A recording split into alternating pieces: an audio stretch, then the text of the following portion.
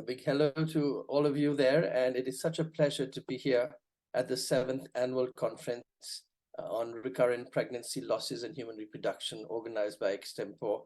Thank you, Extempore, for being there to teach us so much and to let us share so much with the whole world. I will be speaking on uterine niches and infertility, and we will talk about these dark spaces seen by the star over here and seen by these open arrows here, and we will show you how to study these. We will show you how they can be even far more important than the odd fibroid that you see, and most importantly, how to study this space as you see in this cartoon over here. Essentially, what we do know is that we have to have definitions because this is a very new subject. We will also go through a brief historical perspective, a clinical perspective, of course, imaging techniques and measurements, over which I will be spending most of our time today, and some aspects of clinical management, which I will not do as a separate section, but highlight as we go along, because that is where it truly fits in, because what is imaging without putting it into an appropriate clinical perspective? Now, the word niche is the same as the word uterine niche, and the word used by the European Niche Task Force is a cesarean scar disorder, also known as CSDI. This, unfortunately, is a name that has not caught on, and a lot of us still call it either the niche or the uterine niche, and because niche is so short and is so specific, that seems to be the name that has stuck. The other name that was started in the literature a while ago was isthmocele, because it's in the cervico-uterine isthmus, so to say. But again, a lot of people have not been able to get the concept, and therefore we stick to the word niche. It's also been known variably as a niche disorder, a niche disease, a cesarean scar disease, cesarean scar syndrome, and so on. But we're going to call it a niche, and it's defined by the European Niche Task Force as an indentation of the uterine myometrium at the site of the cesarean scar of a depth of at least 2 millimeters. So anything 2 or more is what will then qualify as a niche. And this is what it looks like on a pathological specimen. You have the cavity, usually outlined by a bit of fluid, the niche itself outlined by fluid, and an overlying myometrium sitting there, quite different from the rest of the myometrial thickness, as you see in the rest of this specimen. This specimen was, of course, removed because of a complete family, of course, and abnormal uterine bleeding. Now, let's move on to see what really happens to cesarean scars. It is presumed that at the moment it's about 21% of all deliveries, but by 2030, because of safety considerations for the fetus, we might move on to 1 in 3 of all childbirths. It is a major surgery, and we do understand that because of this, we might have all series of problems, but ultrasound can define these and we can do something about this.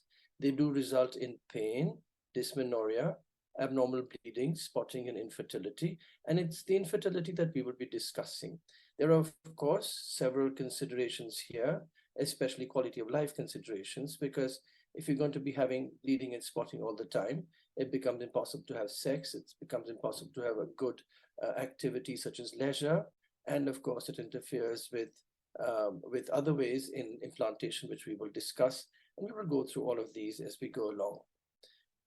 We need to understand these really because science has made rapid progress and so has surgery. And we now understand that you can have a hysteroscopic approach. And some say that we should operate sooner rather than later.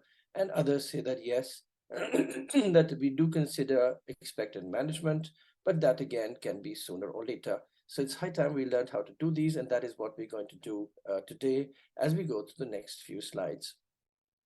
Basically, after cesarean, it's seen in about 60% of women, but some of it heals up afterwards. 1/4 of women have a large defect and a residual myometrium of less than 3 millimeters. And this has implications on the next pregnancy and scar dehiscence. About 30 to 40% of women will experience, excuse me, postmenstrual spotting, dysmenorrhea, chronic pelvic pain, and infertility. And symptomatic niches, as we have just learned, can have a profound impact on patients' quality of life, and therefore we need to do something about them. Here again, another case, a little bit of fluid in the endometrial cavity, and this is the niche sitting here. a little bit of irregularity at the surface of the niche, and we will learn how to study that, and very little residual myometrial thickness. Now, historically speaking, it was described a long time ago on a hysterosalpingogram in 1961. And hysterosalpingograms, as you know, are coronal X-ray images with contrast. And it's not possible to say whether this blob is truly a niche or not. You do need a phenomenon of a lateral view, which was not possible on the hysterosalpingogram. And since then, we moved on to a TVS because transabdominal was not good. And Chen was the first person to really describe this wedge-shaped hypoechoic area in 1990, and the term niche was introduced for the first time by Monteagudo and his group. And in 2019, the European Niche Task Force published a consensus definition of the niche, and a lot of this talk today is from that review as well. Now, moving on, what really is it about this niche that causes infertility? Three basic situations: a detrimental environment, a physical barrier, and psychogenic causes. So we know that niche-related accumulation of fluid can implantation. You can have an altered immunobiology or increased inflammation when niche is present. Also, you can have a distorted contractility of the uterus caused by fibrosis or interruption of the myometrial layer at the site of the niche. You can have accumulation of mucus and old blood in the niche, which may impair sperm penetration. And focused therapies for niche complaints, such as the various long-acting GnRH, etc., can interfere with getting pregnant in the first place. You could also have a physical barrier for embryo transfer and implantation, which is seen when you have a large niche in combination with retroflexion. And then, of course, if a patient is going to be having bleeding all the time, that might interfere with sexual intercourse, and the patient may never get pregnant. We also have this situation when we do realize that the total pregnancy outcome can be influenced by a placenta accreta, which can happen in a cesarean scar or a cesarean scar early pregnancy or uterine dehiscence. So overall, therefore, there will be a much higher outcome of pregnancy in these cases of secondary infertility because of these causes as well. Moving on, we understand that this is what a true niche looks like. So if you look at this, you will understand that the ultrasound shows a fluid accumulation and it is continuous with the cavity. The area is thick. So in the superficial parts of the myometrium is seen in this section of a uterus that was removed for abnormal uterine bleeding in a woman who had completed her pregnancy, shows multiple areas of the niche going into various parts. So this is a branching niche. And then you can see the altered blood still sitting within that niche with shaggy edges, and that can then cause the kind of environment that does not allow the sperm to reach the egg or rejects an early pregnancy. So this was more not to understand what really happens, but to show you the anatomy, so you can correlate it with ultrasound scans. The various ways of looking at a niche by imaging include a transvaginal scan, a transvaginal scan with saline or gel, a three-dimensional TVS, hysteroscopy, of course, and MRI. Well, let's look at them and see which one is appropriate and which one is not. When we look at the simple ordinary transvaginal scan with a relatively high frequency transducer, such as 5 to 9 megahertz, we realize that it's easily available, cost effective, minimally invasive, and requires very little training. The downside is that a uterine niche may be missed in the absence of intrauterine fluid. And in that situation, then a sonohysterography is useful, whether we use gel or whether we use saline. Of course, it's minimally invasive. On the downside, it is possible, of course, that some patients will have discomfort. And on the downside, it is possible that it might be picking up too many of the small and irrelevant niches. 3D gives you excellent display as well as volume measurements. There's no doubt that it requires specific training, but the more you train, the quicker it gets. So the word longer examination time really truly doesn't hold as much as it used to a few years ago. Also, we generally believe that 3D machines are more expensive than 2D machines, but this is also no longer true, and most medium-end machines will now have a 3D transducer. When it comes to hysteroscopy, yes, of course, it shows you the niche very nicely, but it is subjective, and there are no measurements. There's no structured method of inspecting the uterus for a niche, and there are no standard measurements, and it's a more invasive technique. MRI is promising, but of course it's expensive, and it requires a lot of skill, and in fact much more skill than even 3D ultrasound scan, and therefore it may be useful in the future for planning surgery by showing off an excellent residual myometrial thickness, but for now it's really used to exclude other abnormalities.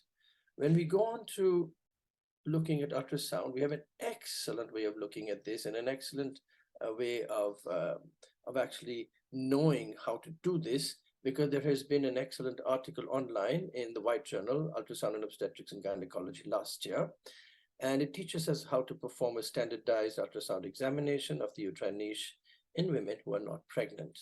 And I will take you through all of this in detail. So, of course, a transvaginal approach is necessary. And in a woman with a previous cesarean scar undergoing ultrasound assessment, you have to have a high index of suspicion of a niche whenever you do this, because otherwise you will miss all the niches. You have to be aware that a niche can be there. And that really is very, very important.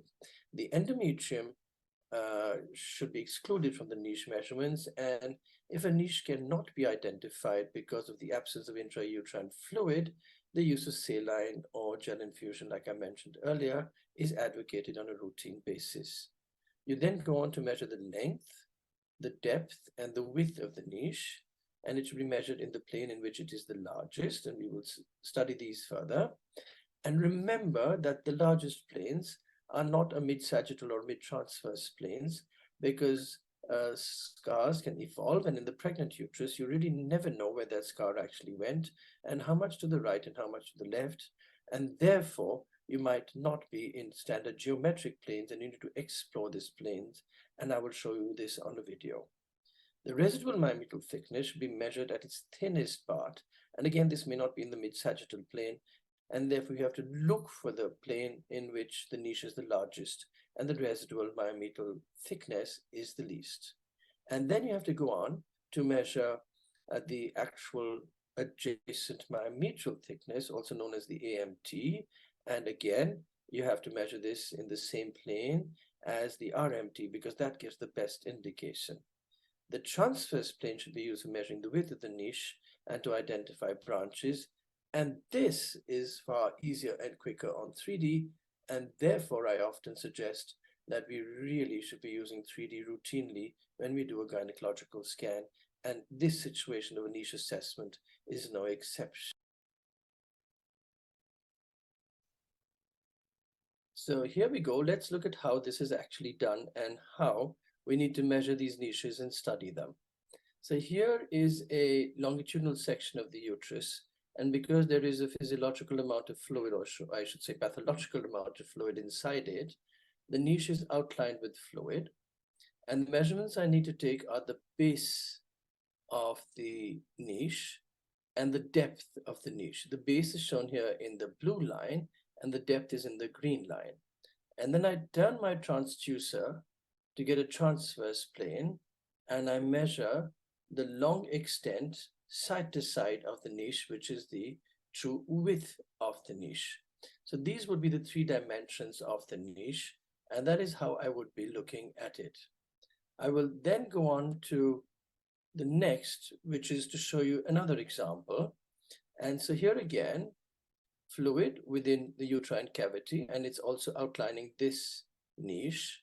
And I will not include the endometrium. I will then draw a line to measure the whole base, and the other line to the apex. And notice how there is almost no residual myometrium sitting in this particular niche. This is a 3D image of the same, and whether you use the old rendering engines or the newer ones, you realize that you can see the outlines of a niche very well, and this one seems to be a non-branching simple niche. And we shall show you 1 or 2 more examples. So here is a video of more fluid and a larger niche, and in this situation,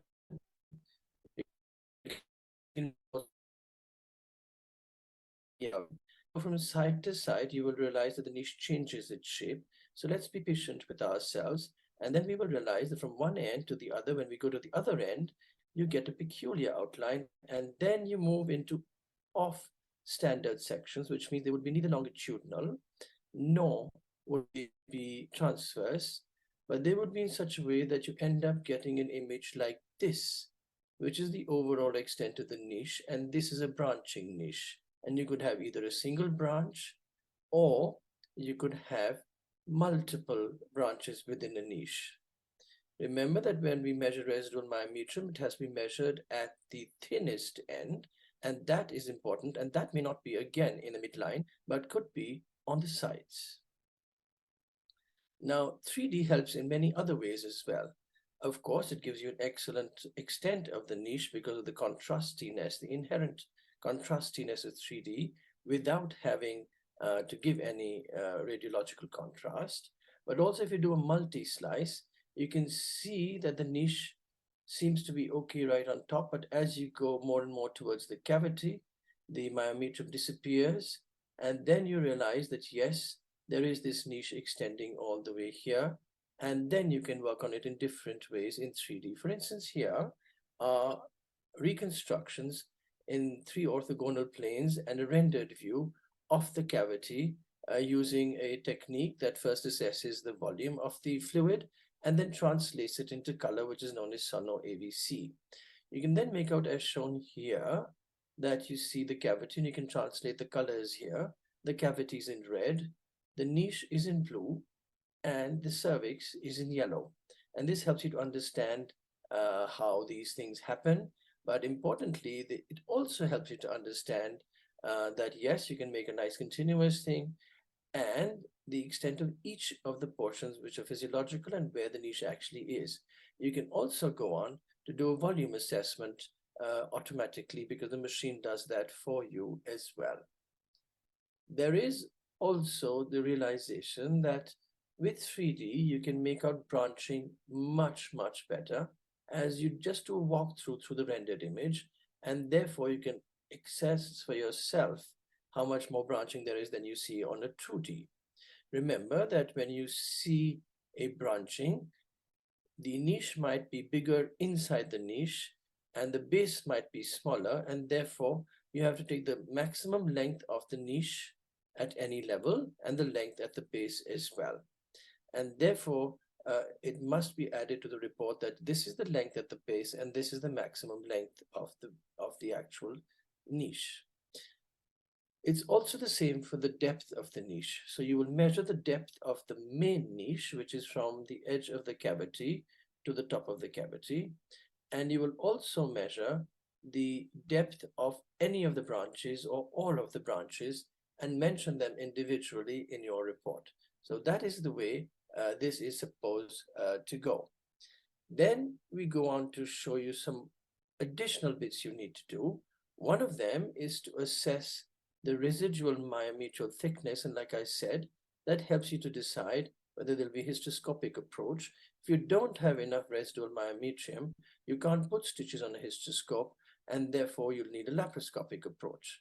And you'll also measure the myometrium adjacent to the main portion of the niche and use that as a ratio, because if there's too much niche and too little myometrium, again, that's more likely to interfere with fertility, and also that's more likely to need a different surgical approach in case you decide to make one.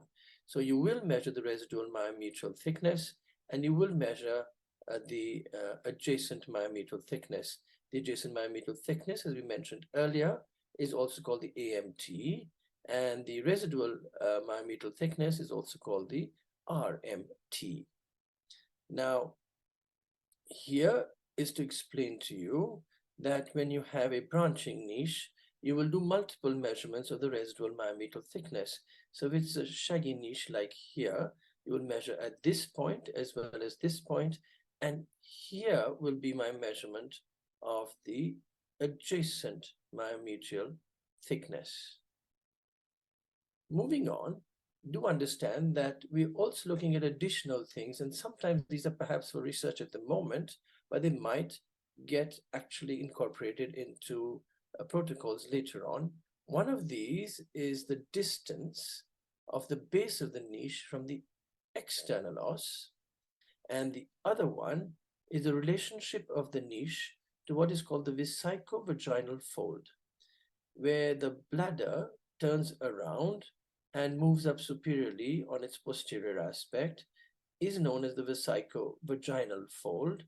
And you have to identify whether the niche is above that or the niche is below that. And that dictates often the surgical approach, whether laparoscopic, hysteroscopic, or combined, and the degree of complication to expect. It's not currently in use, but in the future perhaps would come into use as well. And therefore, you would need to assess all of these as we go along in the image. So if you follow the White Journal protocol, you would optimize your machine settings with focus, depth, and zoom as always. Add fluid in case there isn't any fluid.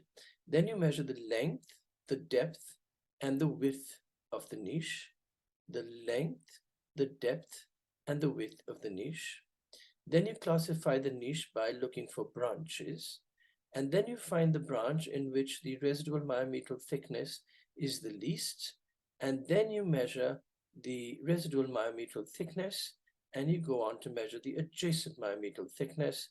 And then after that, you would go on to assess the VV fold and assess for other associated disease in the pelvis.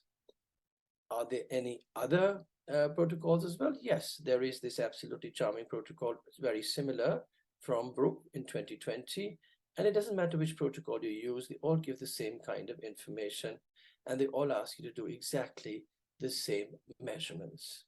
Now, when we go on to do all of these measurements, we do realize that we are able to also sometimes use MRI, but currently the problem with MRI is that we don't have people who are too involved with MRI when it comes to gynecology, and therefore we don't get the best of images. But I think in the future, when it becomes more automated and less expensive, it might be the answer to a better assessment of the residual myometrial thickness.